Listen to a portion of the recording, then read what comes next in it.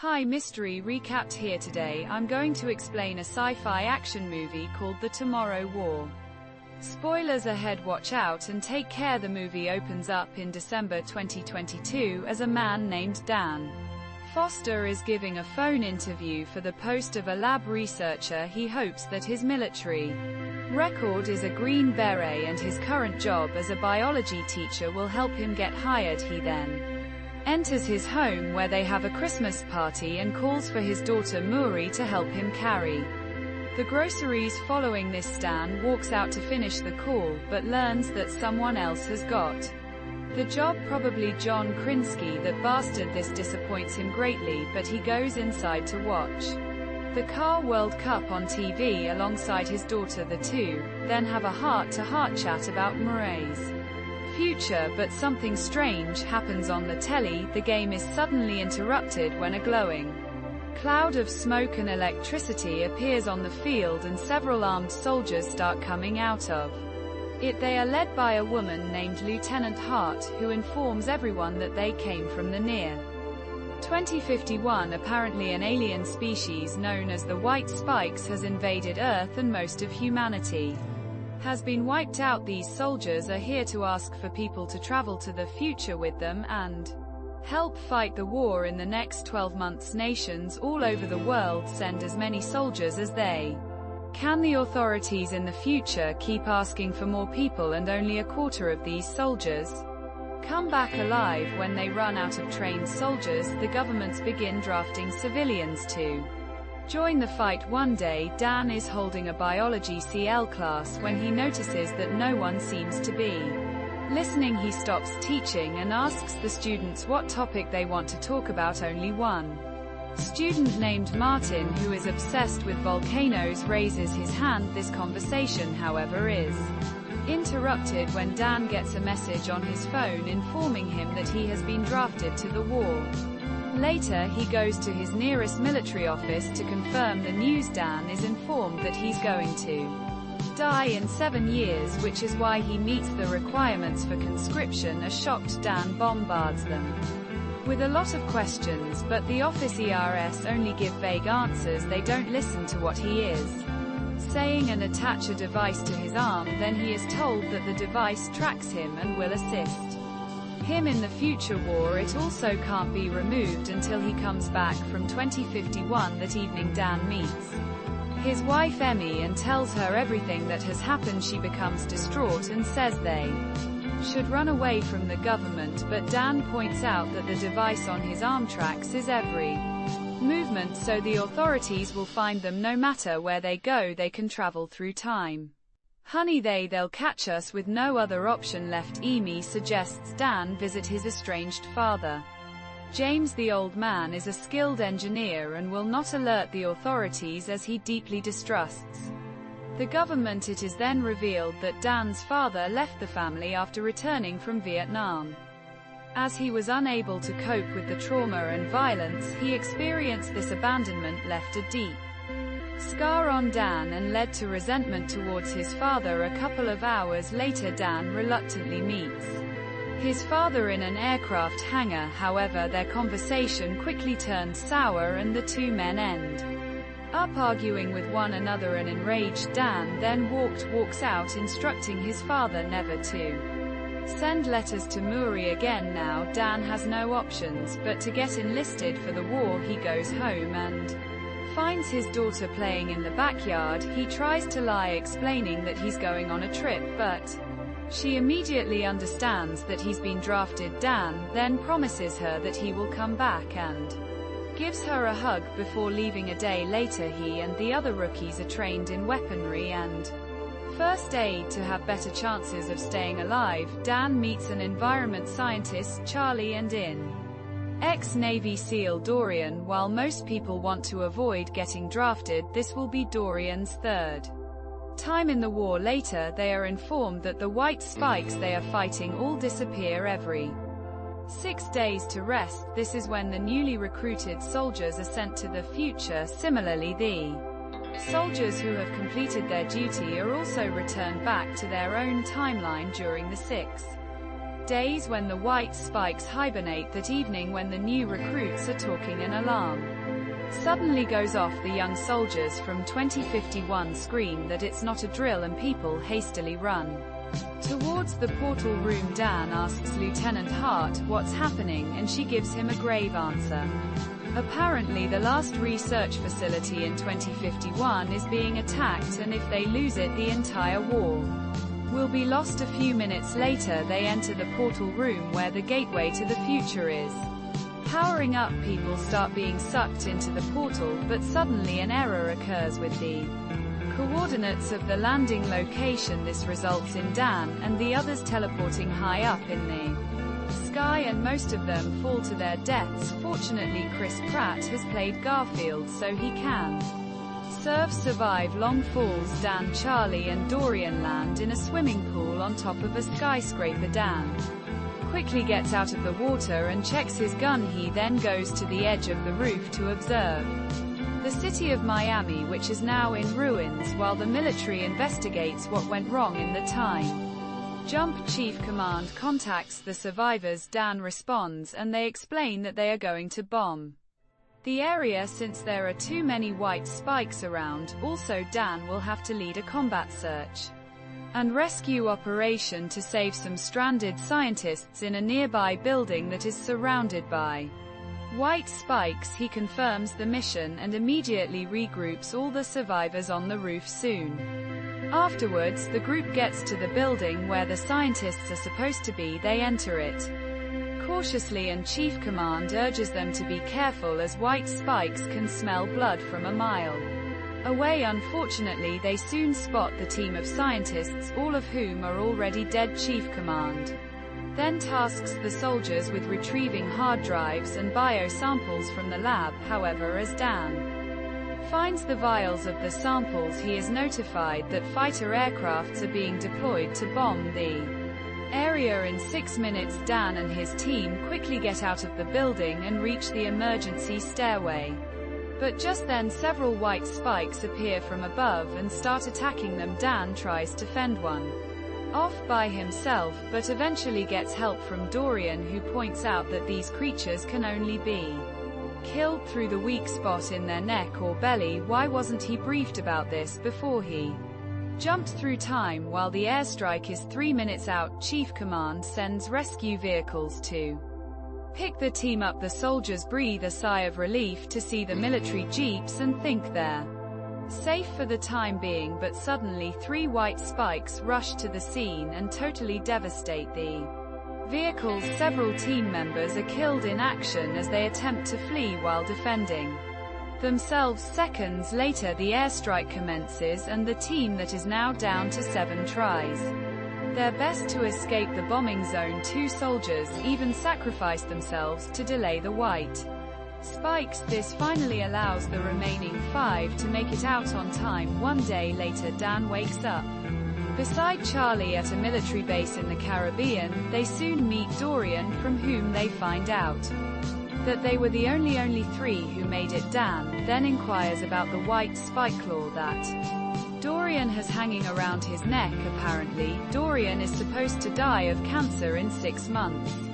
News that he learned when he got drafted for the first time. He also tells them that the only reason he has come back several times is because he wants to die on his own terms. Dan is then summoned to speak with the head of Chief Command. To his utter shock, it is none other than the adult Colonel Nuri Forrester. His daughter, she reveals that she has a PhD in biotech from MIT, making Dan extremely proud, but she adds that he was not brought to 2051 so that she could reunite with her father. The only reason he is here is so that he can help her with a critical task once the time comes. Muri refuses to tell him what that is, but insists it will be the most important event in human history. She is going to cast him as Super Mario. Following this, the duo walks into a military tent where Muri reveals that they have figured out a toxin that kills only male white spikes. She now wants Dan to help them catch a female so that they can learn how to make a toxin that kills them all. On Their way to a white spike nest in a helicopter, Muri reveals that the beast simply appeared on Earth. One day they came out of northern Russia and spread to the rest of the world, but no one ever found any vessels, crash sites, or signs of them arriving on Earth. Dan then asks her what happened to their family between 2022 and 2051. However, Miri says it is better if they do not talk about it. Moments later they arrive at a nest where several soldiers are trying to put a cornered female white spike in a cage. Everything seems to be under control until the beast breaks free and starts attacking them. Dan, who is in the helicopter, notices a horde of male WH spikes on their way to the nest. He and Muri quickly slide down and manage to put the female in a cage. However, as the helicopter takes off with the cage, the horde of male white spikes arrives at the scene. This forces the father and daughter to run to a military Humvee, and they manage to shoot their way out, thanks to a heavy machine gun attached to the vehicle. After a while they arrive at a beach and stop to catch a breather. Mri is extremely upset that Dan put himself in danger and points out that she needs him alive. She then starts revealing what happened with their family back in the 2020s. Apparently in that timeline Dan returned from the war in 2051 and grew disenchanted with life. He eventually divorced Emmy and left home to live like a recluse. Then on Mew's 16th birthday she got a call that changed her life forever. Dan had gotten in an accident. She rushed to the hospital only to see his last heartbeat on the monitor. Dan is speechless and can't believe that he turned out like his own father, someone who he resented all his life. Nonetheless, they soon reach the military base, where Muri takes Dan into her lab, where she is trying to synthesize a toxin. She is geared up to test thousands of combinations in order to find a toxin that will kill the female. May quickly hopes that she can achieve this as soon as possible, because there are only 21 hours left before Dan is sent back to his own timeline. The following morning Dan comes back to the lab and asks Moi how she plans to deploy the toxin. She finally explains that the military in 2051 is running out of resources. This is why she needs Dan to take the toxin back to his time and mass produce it. That way they will stop the war from ever occurring in the first place. While the two are having this conversation, the computer tells them that the current test is a 100% bond, meaning they have found the toxin. Unfortunately, the captured female white spike suddenly awakens and makes a loud call. The entire base is breached by white spikes in no time, and Dan and Marie grab guns to make a run for the helicopter pad. They soon get cornered by several monsters and have to shoot their way out. Dan tries mind controlling them with the palms of his hands, but it doesn't work this time. Simultaneously, an automated voice tells them through the facility's speakers that there are 3 minutes left until time jumpers have to be sent back. An anxious Mai then hands down the vial with the toxin, but before they can escape, a white spike appears just as it is about to attack the floor.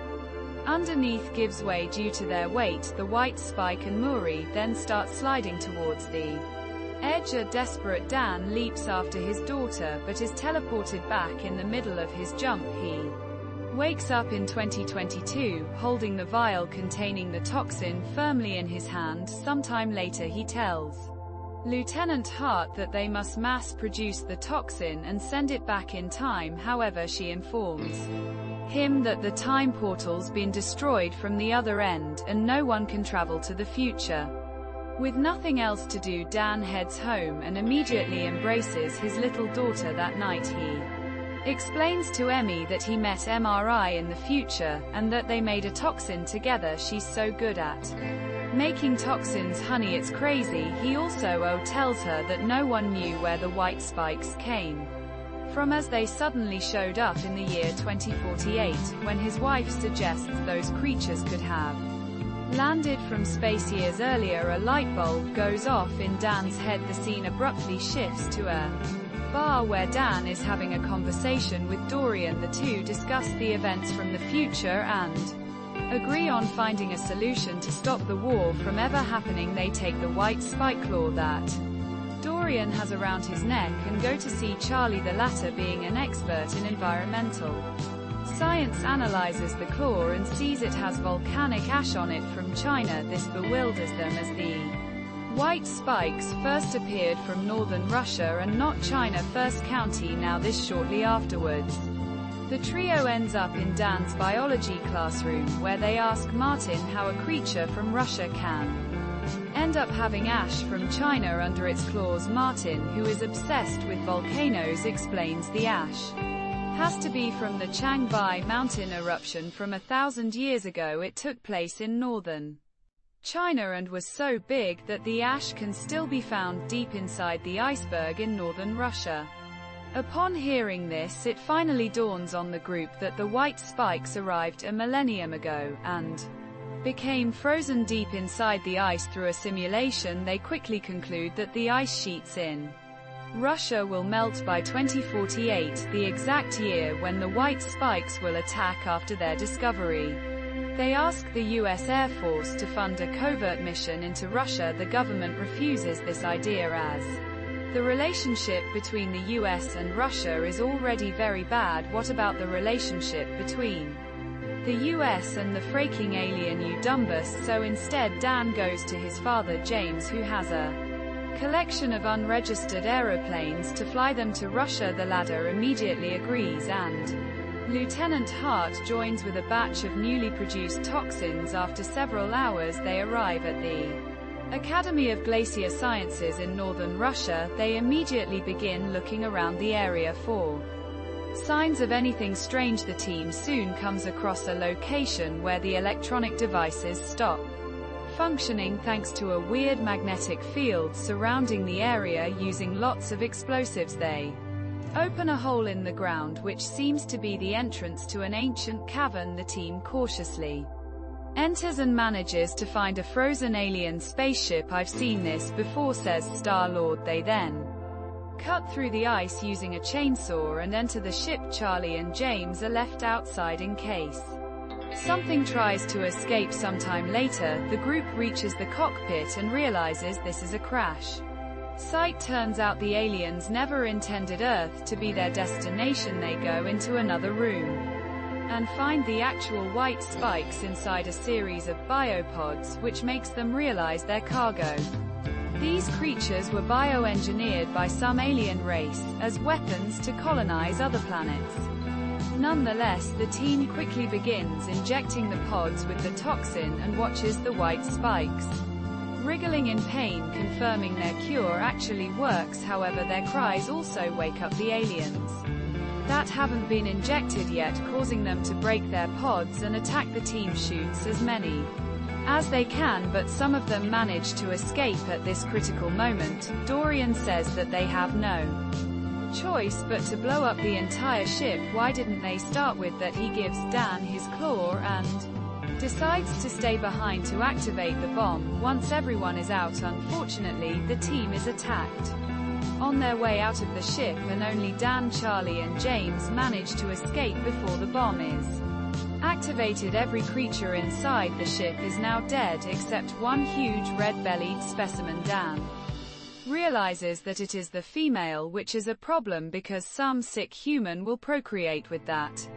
thing, so they split up to go after her. In a brilliant stroke of genius, Dan makes a snowman and covers it with a jacket to make it look like a human. The queen white spike soon falls for this trap and descends downwards. Nearby, Dan and James are waiting with their sniper rifles for the right chance to attack. The queen lands and they open fire and keep shooting until they manage to push it off the edge of the cliff. Unfortunately, the formidable beast returns and attacks in such a way that the father and son are forced to separate. It shoots a spike at Dan from a distance and lunges at him. However, our hero uses that same spike to stab the queen's mouth, while James plants an axe in her eyes. The queen is now blind and begins thrashing around in desperation. Dan takes this opportunity to inject the toxin into her leg, but to his utter horror, the queen white spike is